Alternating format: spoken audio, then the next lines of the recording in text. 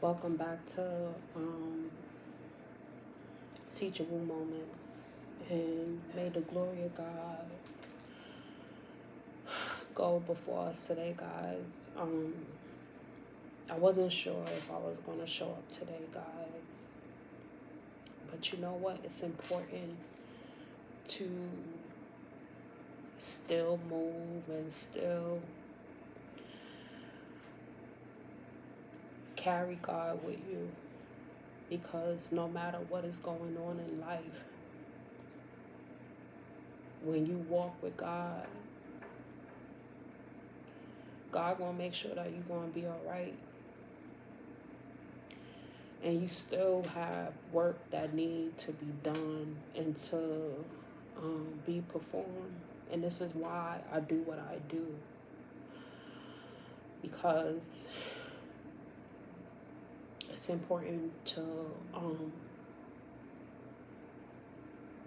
help those that are in need of help, so that way they won't go out there and and hurt another innocent person. And I ask that the Spirit just help me bring this all together in a way that is transparent, is still loving, and most important, to give God the glory, guys. So stop feeding the flame, the past blame. Stop feeding the flame of past blame.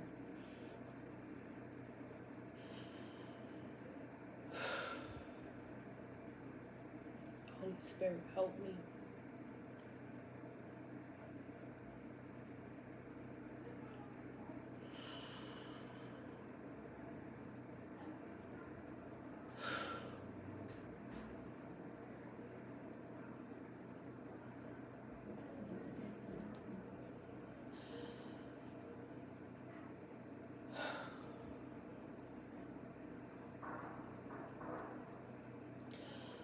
I thought by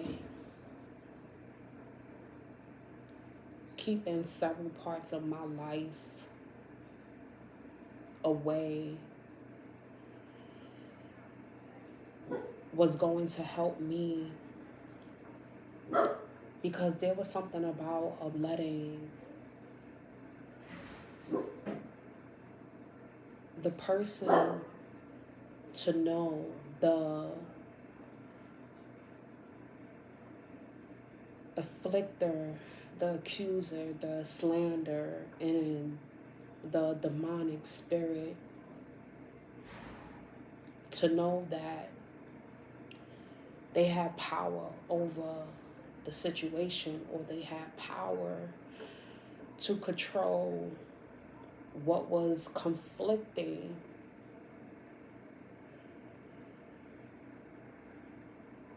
inside of me. I didn't want to give that power no authority. I didn't want to even acknowledge it. I didn't even want it to even, for me to even fathom to say that, aha, you have succeeded. But you're going to reach a level in your life, and there's going to be mountains that you're going to have to climb, and there's going to be valleys that you're going to have to go low. But there's something about being at your low. There's something that comes up out of you. And when it's coming up out of you, that's when you find God working through you. Because you thought for so many years that there's this part of my story, I'm not ready to talk about. And it's not that I don't want to talk about it because it's guilt and shame.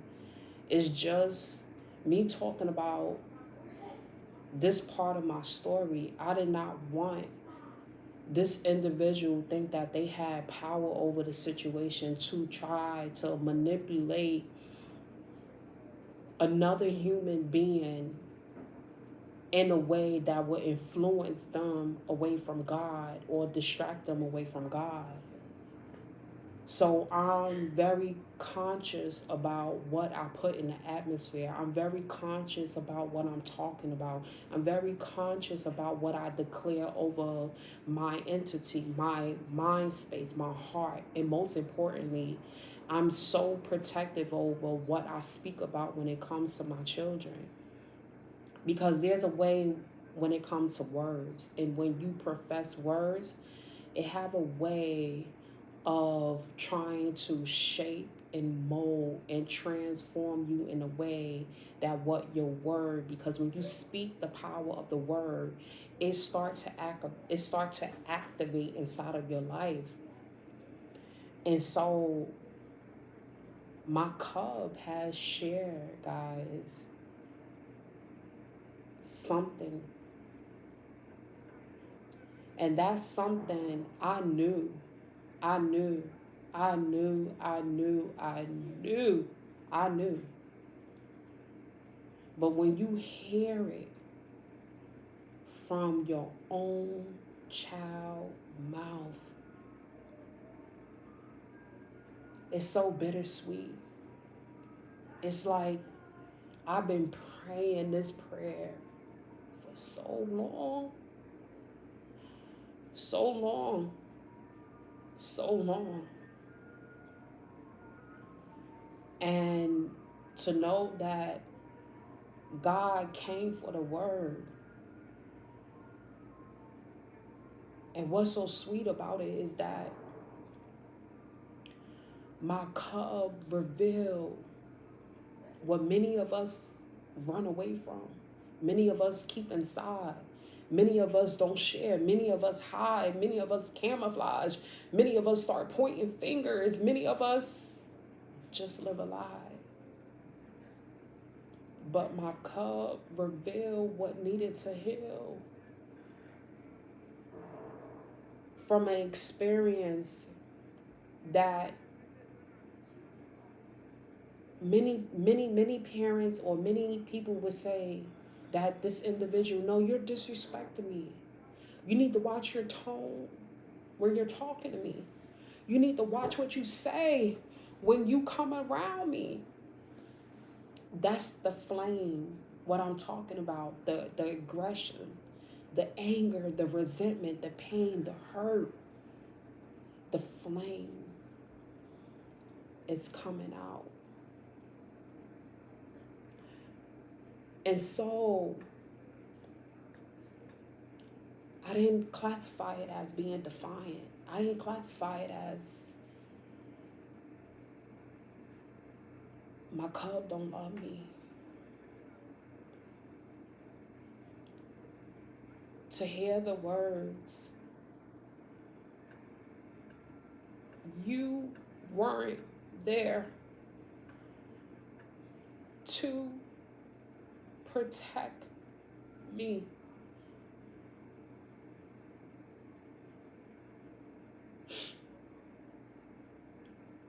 In my mind, I'm like, baby, you don't know the many nights that your mama had to stay up to make sure she was the best hoe, to make sure that she had sucked whatever she had to do to keep that predator away from you. You don't know the many nights when you had to put traps down, your toys down, so that way when you put it in front of the door, you know when, because you can hear the toys move. You don't know that when your mama have fastened your belt, your mama had made sure she put it on the inside of the fourth hole. And then when that belt was not how she put it. It actually was in the number two. You don't have no idea. But see, that ain't the time to tell your cub that, because you got to understand the mental capacity. You have to understand their level of processing, and how their level of understanding is not at your level of understanding. All they felt during that time was, I was like in an open field, and there were passes that were made, and I was in this game, and I did not understand the play. But because I'm so fragile and I'm so feeble, and I'm just a child myself, and here it is, someone is older and they're an adult, and they telling me I have to do certain things, and I have to play without getting my consent, without me saying that I give you the right to do what you're doing. I must go along with that play. That is very detrimental. That is very hurtful. That is an experience that no one should have ever anticipate. But one thing through life experience, guys, we all gonna go through something. But when it's you, are you gonna be the one blaming the past experience and have a way of keep feeding into that fire, keep feeding into that flame? And you might be at the level where you're angry. You might be at the level where you're sad. You might be at the level of grieving. That's what that flame is. And I want us to understand that where it all stem from, where it come from. It come from unprocessed pain. Because there's something about what pain does to us, and it just like, it just shuts things down in us. It just shut us down, and we're not, we're functional. It's like being a functional addict. I'm just functioning, going through life. You could be experiencing pain and still have a job. You could still be experiencing pain and still show up for your kids. You could be still experiencing pain and still show up for your loved ones, for your friends. However, you're showing up with unprocessed pain. And when that pain is unprocessed, there's going to be triggers. There's going to be things that just set it off. And when we don't seek professional help, because I'm no doctor, I'm just living proof of my life experience. And because I went through a certain experience, I feel like I'm able to teach one, so that way I want to stop this. It's just like a genocide. I want to stop this tumor that's like a widespread, because we're not really talking about what need to really to be talked about. We quick to judge. We quick to put our own opinions in it, and we quick to push the people that cause the pain away. But really, we all need to talk about it. And no, I'm not giving no one that calls my cub or myself a pat on the back It's going to be moments where it's like, okay, I'm going to scream. I'm going to be upset. I'm going to express how I feel. But at the same time, like, I'm going to say it. Okay, now how we going how we going to move from this? What is next? That's the whole thing. What is next? And we got to understand that pain,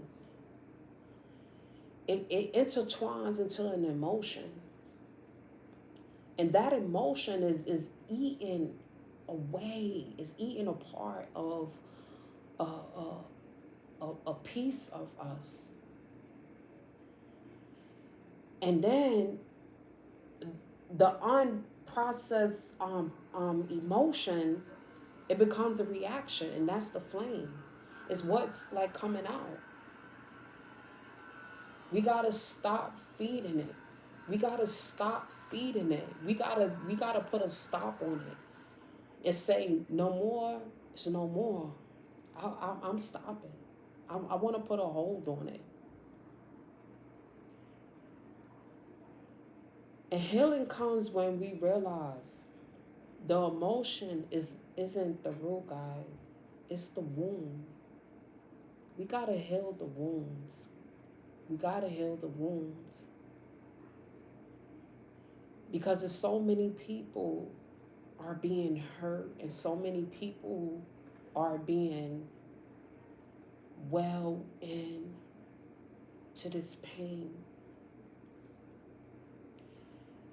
And there are so many lifeless individuals that are called into a play, and they have no idea of what is going on or even how to play.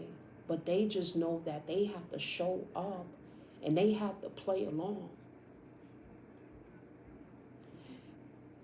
And then you on the other side is looking in like, I just know that this person is not talking to me like that. I just know that this person is not behaving like that.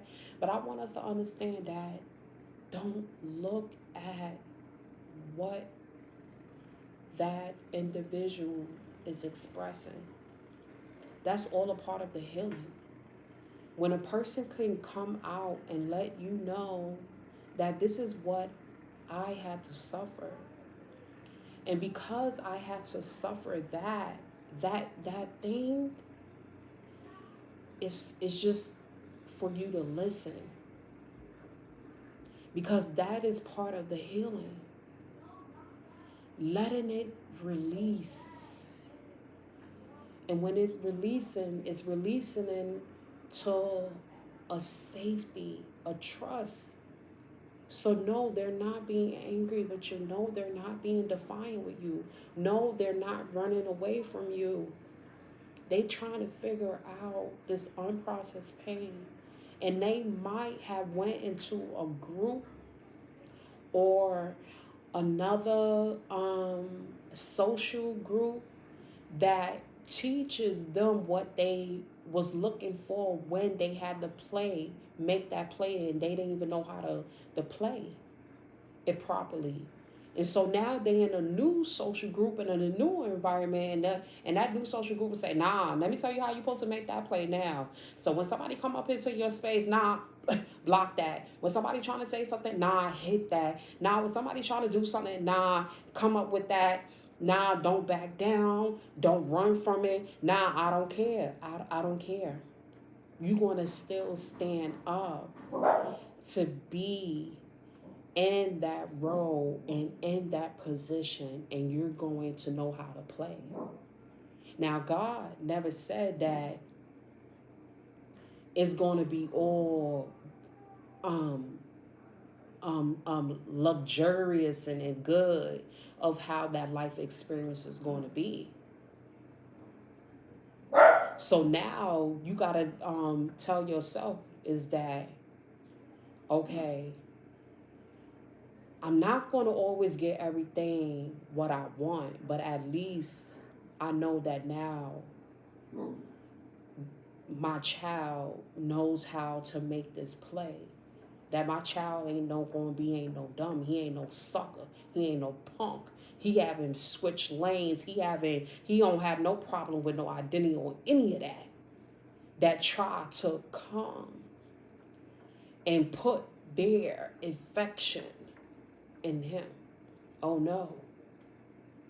Though you may not like as a parent the social group that they want to intertwine in, because certain certain people, they just about that life, and they tough, and you like, okay,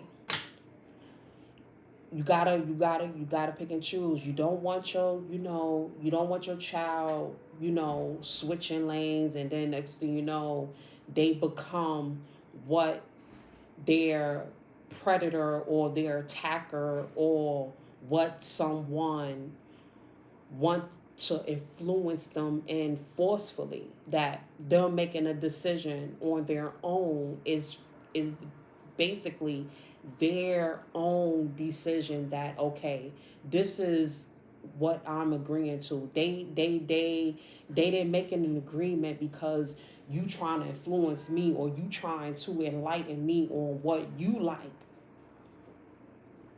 So the Lord said that, you know what? I know it's hard for you, and I know you're going through a difficult phase with your cub right now. But then you gotta look at what God is and how God is carrying you, right? And God had to heal me, guys. God had to really heal me, because God said, now you're gonna bring healing through your club the right way. Because what you knew then, you did not know how to properly to handle a manipulator, a predator, and an abuser, and an attacker. So now that I am in you, now I want you to sprinkle God's glory over the situation. And I want you to be able to go out and tell my people that there's still loving and healing after a defense. That it's still room for people who are in the darkness, and they are in a dark part of their life. And they too afraid to come out. And God said, I want you to be an example that you have a testimony. But when you speak of my glory in you. So that way you could bring whatever non-believer back to become a believer. So that way they could come back to me and allow me to convict them. I'm only here to do God's work. I don't know what this healing may look like, I just know that wherever I'm at, I just know that I'm going, Lord, if you allowed it, I know you're going to prepare me mentally, spiritually, and emotionally. And I just thank God, like, y'all don't know, I just thank God. And it's so, my cub, he shared a moment. He's like, Mom, I want to show you something. I think you're gonna like it. I think you're gonna love it. And it played on my mind. I was like, I gotta go to work. I'm like, it played on my mind. And I'm thinking about it. And then I got my other cub laughing. And I'm like, okay, yeah. This one talking to that one, yeah, they know what's up. They know what's up. And I kid you not, guys, I've been praying this prayer over my cub since I even turned my life to God, and it's been years I've been praying. Psalms 51:10. And when my cub came out and revealed, and I said, and I read it, and I was like, created me a cleaner heart and renew the right spirit. I said, look at you, Lord. Look at you, Lord.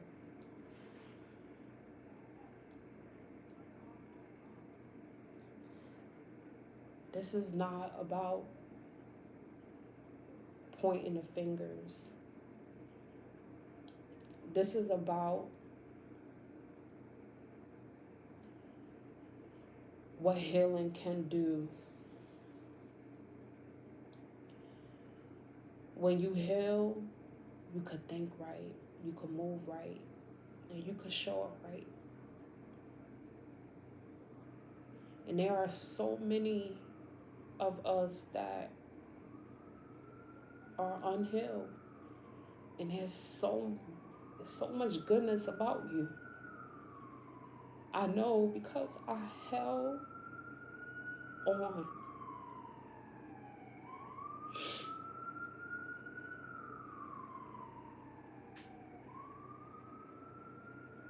To people that were fighting and wrestling in darkness. And I'm the one like, no, God gonna do it.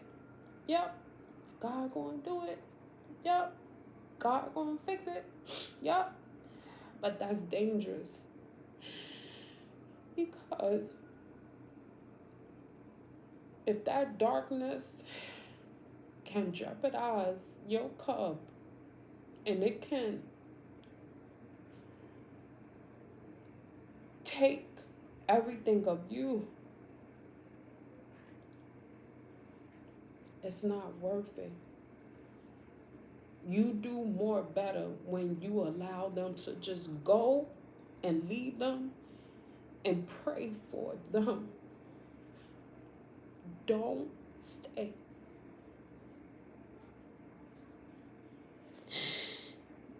Don't stay. You do more damage staying because you feeding them. You feeding them and feeding them and feeding them and feeding them and feeding them, and they growing bigger and bigger and bigger and bigger and bigger and bigger and bigger, and they becoming dangerous.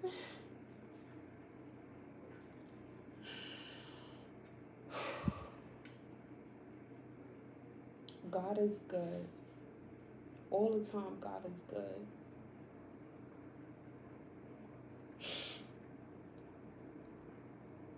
So if you are listening and if you're in darkness,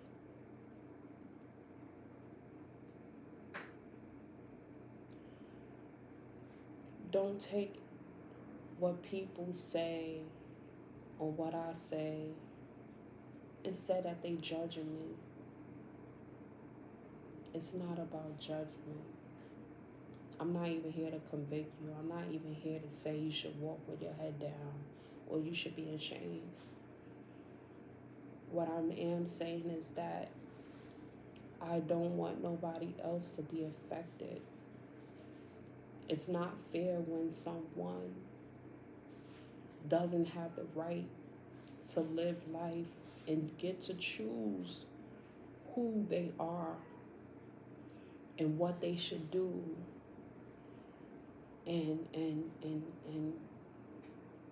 what will work best for them. A lot of times, we have people doing that for us. And I don't know what life is going to be now that, I believe that it's going to get better. And I always keep like my spirit up, like, nah,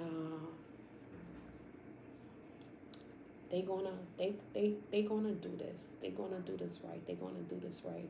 But this time around, I leave out. I leave out immediately and I say, Lord, tag you're in. I'll release it.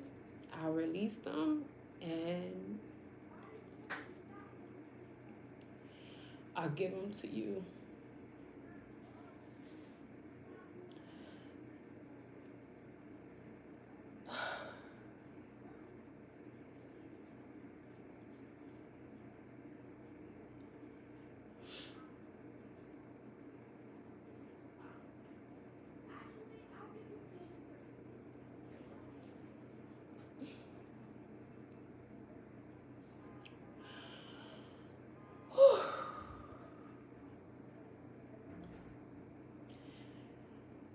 May God be with us all and be over our heart and our mind and soul.